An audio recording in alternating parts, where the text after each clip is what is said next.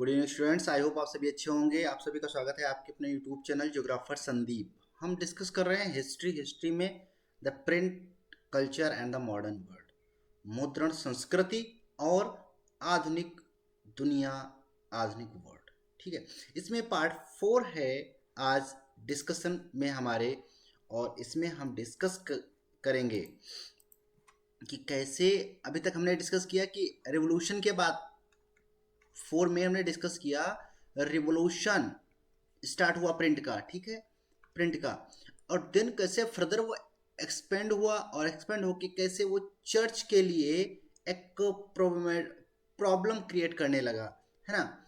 Church लोग कैसे उसमें जो सोशल रिफॉर्म, है ना, मार्टिन लूथर के द्वारा लाए गए चीज़ों में, और मार्टिन लूथर ने कैसे उसमें जब प्रिंट के अकॉर्डिंग ही 95 थीसिस को प्रिंट करवाया और बल्क में मटेरियल, स्टडी मटेरियल अवेलेबल होने लगा मार्केट में। तो लेट्स स्टार्ट करते हैं आज का। हम जो अपना डिस्कशन का टॉपिक है वो है हमारा द रीडिंग मीनिया के आधार पर। इसमें महिलाओं के या फोटो से इमेज से समझ सकते हैं कि जो पढ़ने की ललक थी उसकी बात की जाएगी, यहाँ पर हम लोग डिस्कस करेंगे। लेट्स कि कैसे पढ़ने का जो एक उन्माद सा है, मीन या एक जो चाहत जो है जो लोगों में सामने आ रही है उसका बात करेंगे। Through the 17th and 18th century, 17वीं और 18वीं सदी के दौरान यहाँ पर literacy rate went up in most part of the Europe. Literacy rate जो साक्षरता दर था वो कैसे एकदम बढ़ गया पूरे most of the part of the Europe में। चर्चेज ऑफ डिफरेंट जो है demonstrations set up schools in villages carrying literacy to the peasants and artisans. अब क्या हुआ, 17वीं 18वीं सदी के दौरान यूरोप के अधिकांश हिस्सों में साक्षरता दर में वृद्धि हुई। विभिन्न संप्रदायों के चर्चों ने स्कूल, गांवों में स्कूल स्थापित किए। किसानों, गरीबों को साक्षात जो साक्षरता थी प्रदान की, उनको साक्षरता प्रदान की। And end of the 18th century, 18वीं सदी के अंत तक देखा जाए तो 18वीं सदी के अंत तक कैसे some of the part of the Europe है, ठीक है, literacy rate were high 60 to 80%, 60 से 80% तक लिटरेसी रेट यूरोप के मोस्ट ऑफ द पार्ट में हाई हो गई। और इसका इम्पैक्ट जो है ना सीधा रीडिंग से रिलेटेड किया जाएगा, क्योंकि जैसे जैसे स्कूल, चर्च ने स्कूल्स बढ़ाए, रीडिंग मटेरियल बढ़ेगा और पब्लिक जो पब्लिशिंग है वो भी बढ़ेगी। People wanted books to read and printers produce books in ever increasing numbers। अब क्या था, मैंने कहा ना, इम्पैक्ट दिखेगा दूसरे एस्पेक्ट पे। आपको कोई भी एक चीज ग्रो कर रही है तो उसका इम्पैक्ट फर्दर चीजों पे आप देख सकते हैं जो उससे कोरिलेट करती हैं। लोग एजुकेटेड हो रहे थे, लोग पढ़ना जा रहे थे, तो प्रिंट मटेरियल मार्केट में आने लगा था। जैसे जैसे जब तक पढ़ने वाले लोग नहीं होंगे तब तक बुक भी पब्लिश होके क्या होंगी, है ना। तो अब देख पा रहे हैं यहाँ पर बढ़ने लगी, प्रोड्यूसर इंक्रीज होने लगी। बुक सेलर्स एम्प्लॉयड जो peddlers who roamed around villages and carrying little जो बुक्स फॉर अ सेल। अब लोग पढ़ने के लिए किताबें चाहते थे और मुद्रण ने लगातार जो है, पब्लिशर्सों ने लगातार जो अपनी बढ़ती संख्या में किताबें तैयार की, और पुस्तक विक्रेताओं ने जो हॉकर्स हम लोग बोलते हैं, फेरी वालों को, पेडलर्स जो होते थे, वो क्या किए, वो नियुक्त किए जाने लगे कि जो बिक्री के लिए छोटी किताबों को लेकर गाँव में घूमते थे। इससे हम आइडिया लगा सकते हैं। आपने पहले कभी बस पे अगर अपने पापा से पूछना तो लोग किताबें लेके बेचते थे, जनरल नॉलेज और इसकी सबकी, उनकी बात करते हैं हम लोग यहाँ पर। देयर वर जो एलमिनेंसेस ऑफ द रिचुअल्स कैलेंडर्स जैसे कथा गीत, लोक कथाओं के साथ साथ पंचांग और धार्मिक कैलेंडर भी लोग बेचा करते थे। In England Penney chap books were carried. England में पेनी चैप बुक को चैपमैन के नाम से जाने जाने वाले छोटे फेरी वालों द्वारा ले जाया जाता था और 1 पैसे में बेचा जाता था ताकि गरीब भी उन्हें खरीद सकें। और इन फ्रांस में अगर हम बात करें तो फ्रांस में बिलियोथेक बिलियोथेक ब्लू फ्रांस में बिलियोथेक ब्लू थे, जो कम कीमत वाली छोटी किताबें थीं जो खराब गुणवत्ता वाले कागज पर छपी होती थीं। Books print on a poor quality of the papers and उन्हें सस्ते जो है नीले कवर में बंधी होती थी, bound in cheap blue colours. ये आप फ्रांस में देख पा रहे हैं, बिलियोलिथिक ब्लू, है ना। और इंग्लैंड में penny chaps books carried by the petty pedlars known as a chapman, है ना। चैपमैन किसे कहा जाता था? जो हॉकर्स होते थे, जो बुक्स छोटी छोटी जो सस्ती बुक्स लेते थे, जो 1 रुपए की बिकती थी, है ना, सोल्ड इन अ पेनी, है ना। सबसे लोवेस्ट जो कॉस्ट ऑफ द बुक्स, है ना, तो उसके उस पर बिकने लगी। अब ये चीज़ आप देखने को मिलने लगी मार्केट में, पब्लिशिंग बढ़ने लगी। सीधा सा मुद्रण से ही है, जैसे जैसे लोग एजुकेटेड होते जाएंगे वैसे मुद्रण चीज बढ़ने लगेगी, प्रिंटिंग बढ़ने लगेगी मार्केट में, ठीक है। तो इसी के बाद क्या हुआ? The periodical press developed from early 18th century. अब लोगों में चीज़ें 18वीं सदी में, है ना, हम यहाँ पर 18वीं सदी के आसपास आ जाएंगे तो 18वीं सदी में की शुरुआत में जो प्रेस का विकास हुआ, ठीक है। periodically press developed from earlier 18th century and combining information about current affairs with entertainment।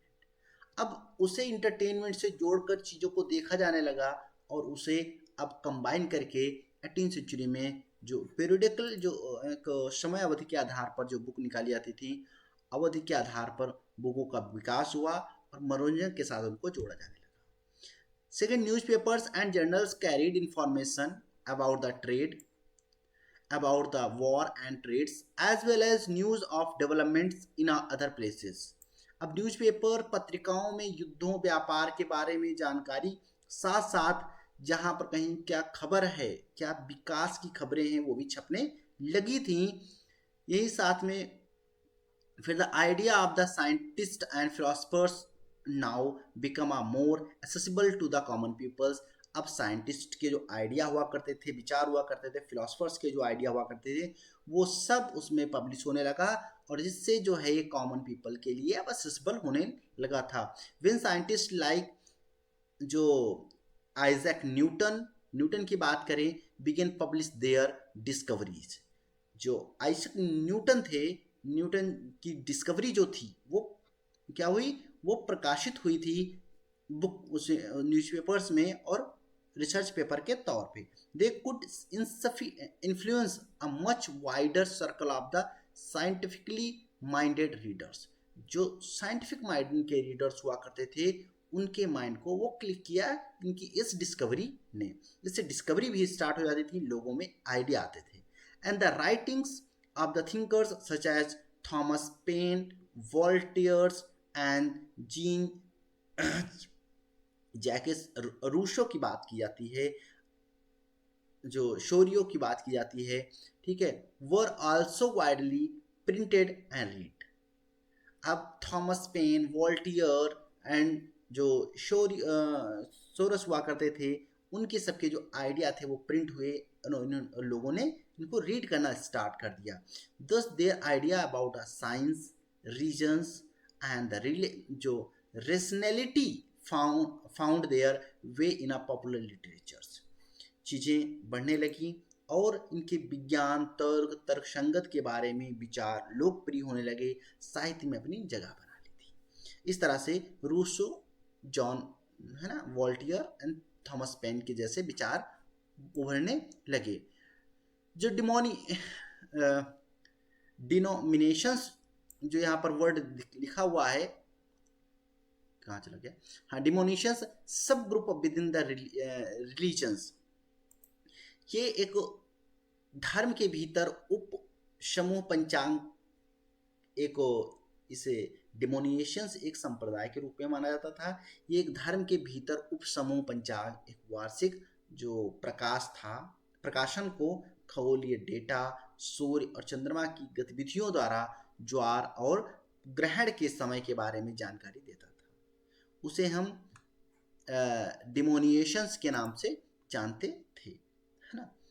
तो चैप बुक्स क्या होती थी, यूज किया गया था पॉकेट बुक्स के साइज छोटी बुकों के लिए, जो बुक बेचते थे उन्हें चैंपमैन के रूप में जाना जाता था, जो हमने यहाँ पर आपको बता दिया था। आप यहाँ पर देख पा रहे हैं कैसे लोग चलते हुए अब पढ़ाई, अब चीज़ें बुक्स को पढ़ रहे हैं अपने इंटरेस्ट के लिए, इंटरटेनमेंट के लिए, न्यूज़ के लिए और फर्दर अदर्स के लिए, है ना। तो इस तरह से चीज़ें अब यहाँ पर डेवलप होने लगी थी, है ना। तो इसी तरह से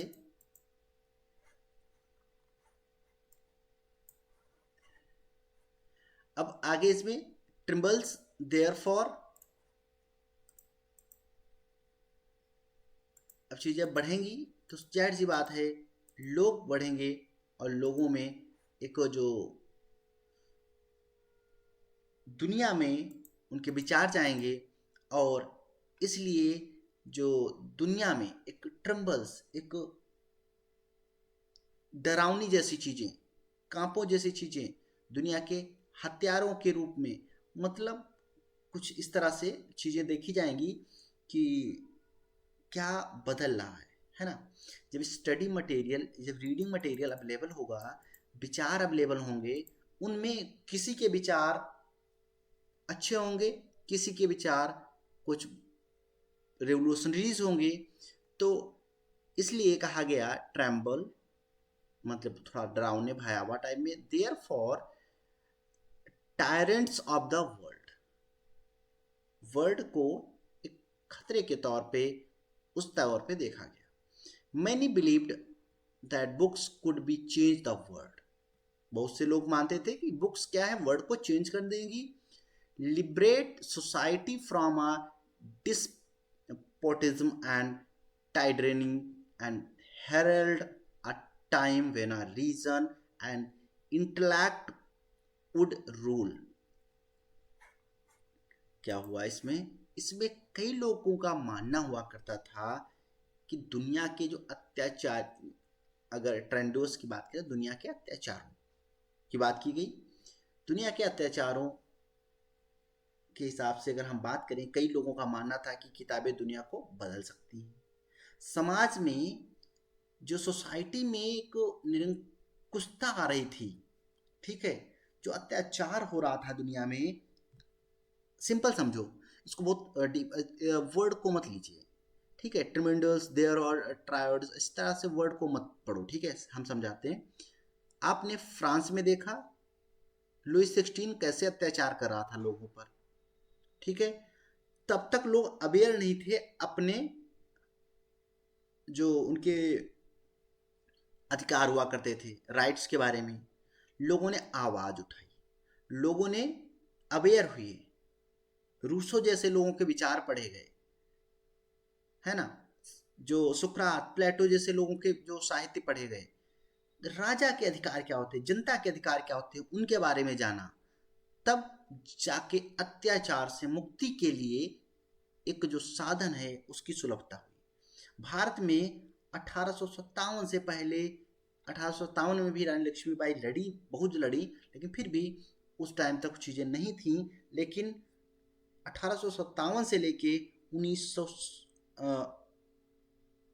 फिर से 1900 की हम अगर बात करें तो 1947 लग गया, लगभग 100 साल के आसपास का एरिया, ठीक है।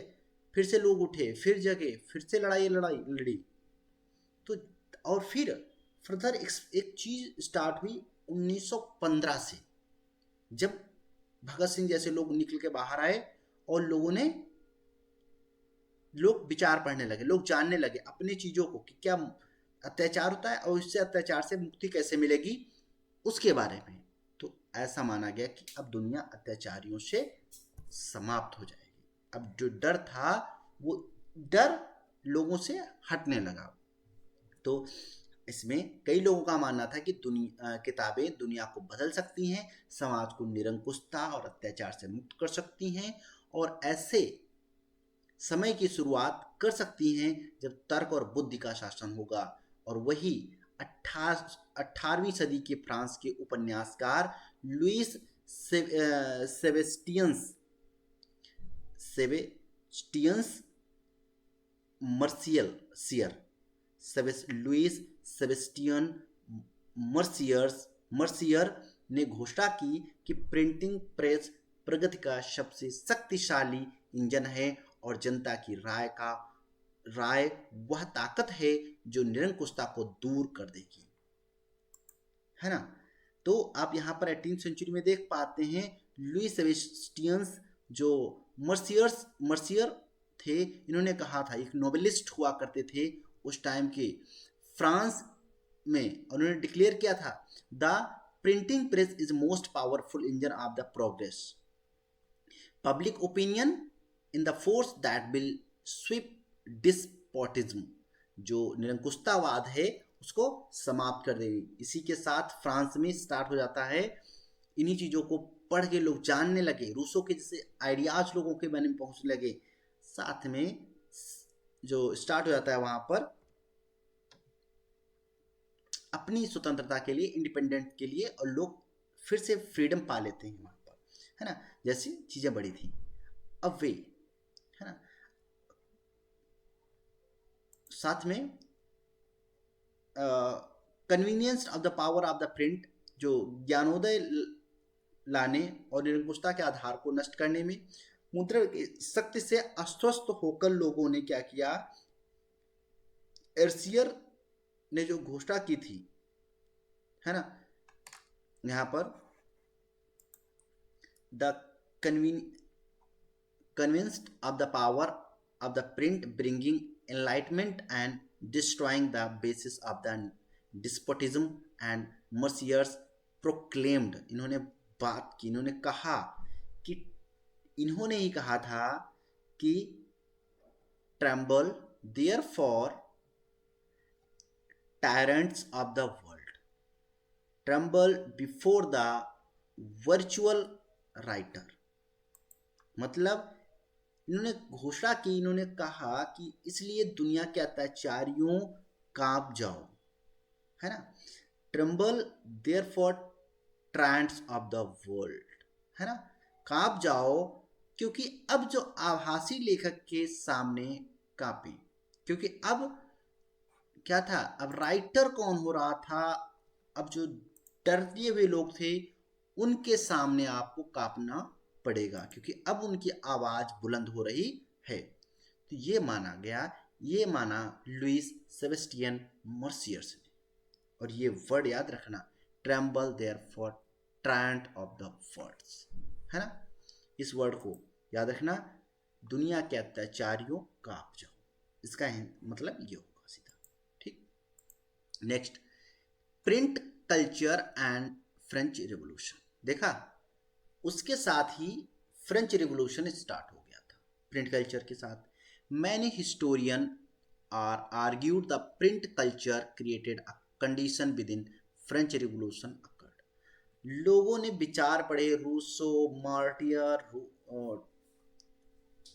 थॉमसन, लुइस और जो सेबेस्टियंस जैसे लोगों के विचार पढ़े, और विचार पढ़ने के साथ ही लोगों में क्रांति की या रिवोल्यूशनरीज की भावना, अपने हक की भावना जागृत हुई। There are three types of the argument have been usually put forward, बात करेंगे हम यहाँ पर। फर्स्ट की print popularise the idea of enlightenment thinkers, जो एनलाइटमेंट आइडिया थी वहाँ विचारकों की, वो लोगों को पॉपुलराइज हुई। Collectively their writing provide a critical कंटम जो है commentary on a traditions and superstitions and despotism, है ना, इन चीज़ों की जो विचार थे वो बढ़ने लगे थे।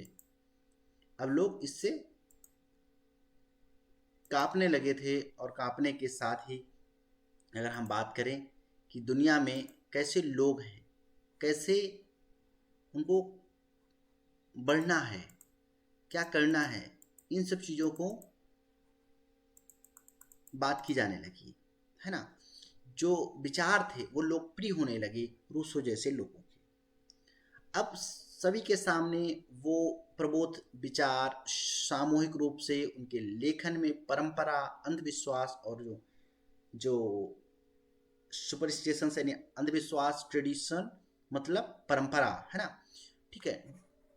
और फिर डिस्पोटिज्म की बात की गई, यानी निरंकुशता जो थी, एक आलोचनात्मक टिप्पणी प्रदान की और उन्होंने प्रथा के बजाय तर्क के नियम के लिए तर्क दिया। और जो उनकी डिमांड्स थी, डिमांड्स दैट एवरीथिंग बी जज थ्रू, है ना, मांग की हर चीज का निर्णय तर्क और तर्कसंगतता के आधार पर लिया जाए। वॉल्टियर और लेखक रूसो को व्यापक रूप से पढ़ा गया, वॉल्टेयर और रूसो को व्यापक रूप से पढ़ा गया फ्रांस में। और जिन लोगों ने ये किताबें पढ़ी उन्होंने दुनिया को एक नई आंखों अलग, अपने जो देखने का जो नजरिया था वो बदल गया, दूसरे आंखों से देखना स्टार्ट कर दिया। वो आंखें थी प्रश्नवाचक। जो अगर हम बात करें कि नजरिया क्या था, अभी आप पढ़े लिखे ना हो और अगर पढ़े लिखे हो, चीजें जानते होगे तो आपका नजरिया बदल जाएगा। तो वो आइडिया क्या था, वो नजरें कौन थी, वो क्वेश्चन करने वाली थी, वो क्रिटिकल हुआ करती थी, तर्कपूर्ण हुआ करती थी, और वो रेशनल हुआ करती थी, ठीक है। तर्कसंगत, आलोचनात्मक, प्रश्नवाचक शब्द जैसे लगने लगे थे। लोग अब प्रश्न उठाने लगे थे कि आपने कर बढ़ाया तो क्यों, है ना। अगर अपने लोगों को हमसे एक्स्ट्रा 10% ले रहे हो, कर 5% ले रहे हो तो क्यों, आपने हमारी ये जरूरतें क्यों फुलफिल नहीं की, हम क्यों करते हैं, हम क्या करें, हमारे पास ये नहीं है, हमारी रिसोर्सेज, हमारी जो राइट्स हैं उनको हम क्यों ना यहाँ बैठे, हम क्यों ना राजा से मिले, है ना, इन चीज़ों को जैसी। फिर सेकंड में बात हुई, सेकंड में print create a new culture of dialects. Print ने संवाद और बहस की नई संस्कृति बनाई, सभी मूल्यों, मानदंडों और संस्थाओं का जो क्या बोलते हैं उसको पुनर्मूल्यांकन किया गया और उस जनता द्वारा चर्चा की गई जो तर्क की शक्ति के से अवगत हो गई थी। थर्ड, बाय द 1780 1780 के दशक में अगर हम बात करें, थर्ड पॉइंट में बात कर रहे हैं, देयर वॉज एन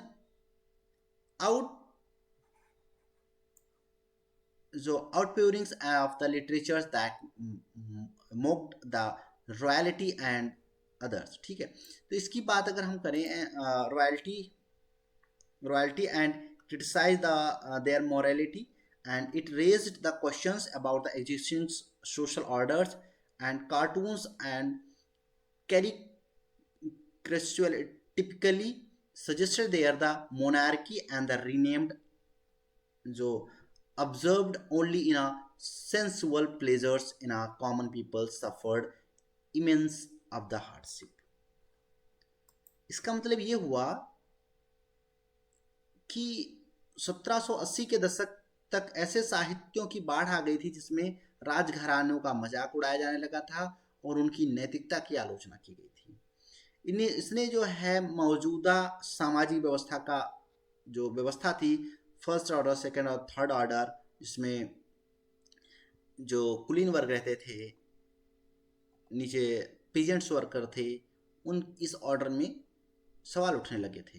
कार्टून और कैरिकेचर्स आमतौर पर राजशाही का सुझाव देते थे, केवल कामुक सुखों में ही डूबे रहें ताकि आम लोगों को भारी कठिनाइयों का सामना करना पड़े। इनके पास कुछ इनके लोग हुआ करते थे, वही इनको सजेशन दिया करते थे, इन सब चीज़ों पर सवाल उठने लगे थे। तो यहाँ पर 3 पॉइंट्स में हमने समझा कैसे अलाइनमेंट हुआ, कैसे रूसो और वोल्टेयर के विचारों को लोग पढ़ने लगे, नया उनका जो व्यू ऑफ पॉइंट था वो होने लगा, जिसमें वो क्वेश्चन करने लगे, क्रिटिसाइज करने लगे और रेशनल वो हो गए लोग, पीपल वहाँ के कॉमन पीपल्स। फिर सेकेंड उसमें हमने डिबेट और डायलॉग्स की बात की गई, वहाँ पर स्टार्ट हो गया। और नेक्स्ट उसमें सोशल ऑर्डर पर भी सवाल उठने लगे। Now how do we look at these arguments? अब इन आर्ग्यूमेंट्स को हम अपनी जो है तर्कों को कैसे देखते हैं, इन आर्ग्यूमेंट्स के बारे में अगर हम बात करें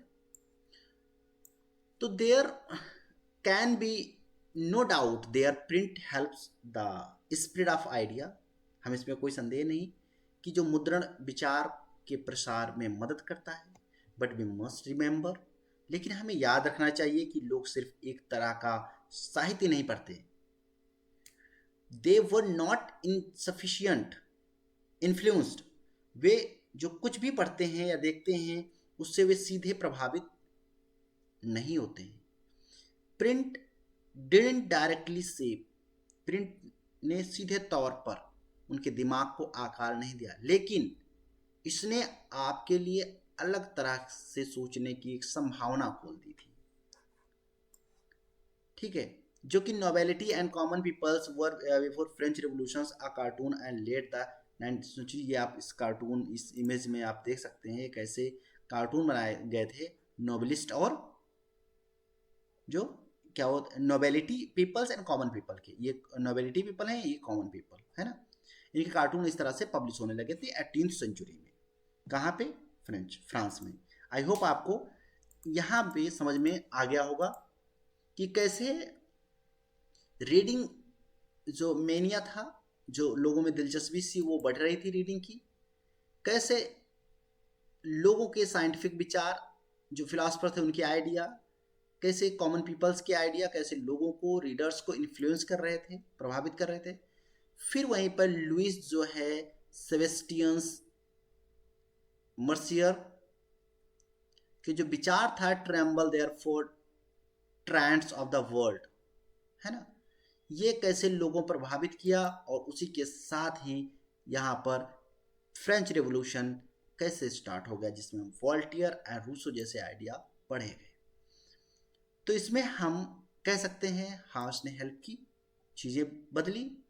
अब हम अगर डिस्कस करेंगे तो इसमें हम डिस्कस करेंगे 19th सेंचुरी, 19वीं शताब्दी के बारे में, कि 19वीं सदी में सेंचुरी में सा a vast leaps in a mass literacy in Europe में हमने देखा लिटरेसी के बारे में, bringing a large number of new readers among the children and women and workers.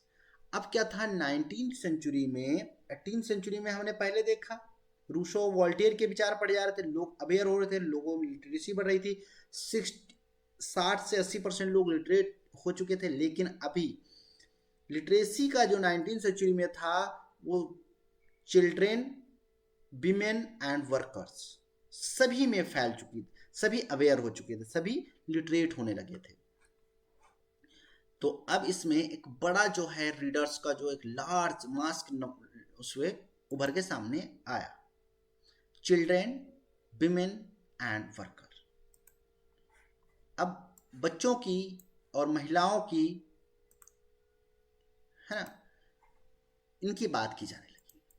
ये सब एक जो पार्ट था, एक वर्ग था, ये सब पढ़ा लिखा हुआ करता था, सभी ने प्राइमरी एजुकेशन कंपल कर, ये पढ़े लिखे क्यों होने लगे थे? क्योंकि प्राइमरी जो इसमें देखो यहाँ पर as primary education become a compulsory from late 19th century, 19वीं सदी के अंत में क्या हुआ, कंपलसरी कर दी गई थी, जो भारत में देखने को मिलती है। Childrens become a important category of the readers. अब बच्चे थे वो एक इम्पॉर्टेंट कैटेगरी बन चुके थे रीडर्स की, जो भारत में इस टाइम पे आप देख सकते हैं। ठीक है, children press devotes the literature for a children alone was what set up in French in 1857। 1857 में केवल बच्चों के लिए साहित्य को समर्पित एक बाल प्रेस की स्थापना 1857 में फ्रांस में की गई। फ्रांस में बाल साहित्य चिल्ड्रन प्रेस कब डिवोर्स किया गया, एक जो स्थापित किया गया, वो स्थापित किया गया 1857 में फ्रांस में, याद रखिएगा, ये आप बात की गई है। This press published new works well old fairs जो टिल सैंड्स फॉक टेल्स की बात की गई। यहाँ पर प्रेस ने कई कृतियों के साथ साथ पुरानी परियों की कहानियाँ पब्लिश की थी और फॉक टेल्स यानी कहानियों और लोक कथाओं को भी प्रकाशित किया। ठीक है, जो फेरी की till Sands and the Grammy brothers, देखो ये ग्रेमी ब्रदर्स थे। ठीक है, ग्रेमी ब्रदर्स ने क्या किया था इन जर्मनी में, ठीक है, इन्होंने स्पेंड किया years compiling the traditional folk tales, लोक कथाओं को कंपाइल करने के लिए दोनों वकील हुआ करते थे, लेकिन वकालत छोड़कर दोनों भाइयों ने गांव गांव जाकर लोगों से कहानी सुनकर उनको इकट्ठा किया, डायरी में नोट किया और उसको फर्दर जो है जब मुद्रण तकनीक स्थापित हुई, प्रिंटिंग आई, तो उसको गैदर्ड फ्रॉम पीजेंट्स, गाँव में गरीबों से एकत्र की थी और उसको पब्लिश किया। They collected were edited before stories were published, जब इन्होंने स्टोरी कलेक्ट की थी और इन्होंने फिर उनको एक स्टोरी को पब्लिश किया, उस कलेक्शन को 1812 में, 1812 में इन्होंने उस जो एडिट करने के बाद इन्होंने उन स्टोरीज को पब्लिश करवाया। रूरल फॉक टेल दस एक्वायर्ड अ न्यू फॉर्म्स, अब जो गांव के फॉकटेल्स जो कहानियां होती थी ग्रामीण की लोक कथाओं को अब एक नया रूप प्रदान कर दिया गया था। अब आने वाली जो पीपल्स हैं वो भी अब उसके बारे में समझ सकेंगे और पढ़ सकेंगे। तो ऐसा यहाँ पर स्टार्ट हो गया था, है ना। नाउ अब चीज़ें धीरे धीरे बदलने लगी थी और बढ़ने लगी थी, क्योंकि ग्रेमी ब्रदर्स आपने देखा कैसे फॉकटेल्स को इकट्ठा किया, कैसे चिल्ड्रन प्रेस अलग से एक बनाई गई 1857 में। इसी तरह से women becomes the important readers, अब महिलाएं भी एक इम्पॉर्टेंट जो रीडर बन रही थी एंड राइटर। ठीक है, penny magazines were specially meant for women and manuals teaching proper behaviour and housekeeping. आप इस इमेज में इन चीज़ों को देख सकते हैं कि कैसे महिलाएं लेखिका के साथ साथ एक पाठक के रूप में महत्वपूर्ण हुई, और पेनी पत्रिकाएं विशेष रूप से महिलाओं के लिए थी, जिसमें उचित व्यवहार, गृह व्यवस्था और सीखने वाले नियमावली भी उसमें छपी हुई थी, है ना। Some of best known novelist were women, हम अगर बात करें जॉन ऑस्टेन, है ना, जेन ऑस्टेन की बात करें, जो जेन ऑस्टेन कुछ प्रसिद्ध जो उपन्यासकार महिलाएं थी, इसमें जॉन ऑस्टेन, है ना। फिर इसके साथ साथ जॉन ऑस्टेन के बाद ब्रॉन्ट सिस्टर्स, जॉर्ज एलियट, ये तीन कुछ मोस्ट जो है प्रमुख महिलाएं थी जो उपन्यासकार हुई थी। जेन अर्नेस्ट, याद रखना है, जेन अर्नेस्ट, Bronte sisters and George Eliot, है ना, जॉर्ज एलियट। ये तीन जो विमेन हुआ करती थी, महिलाएं हुआ करती थी, वो मोस्ट उस समय की उनमें से कुछ महत्वपूर्ण थी। George Eliot, Jane Austen and Bronte sisters, है ना ये। And their writings become important in defining a new type of women and a person with will, strength, personality and determination and power to the thinking।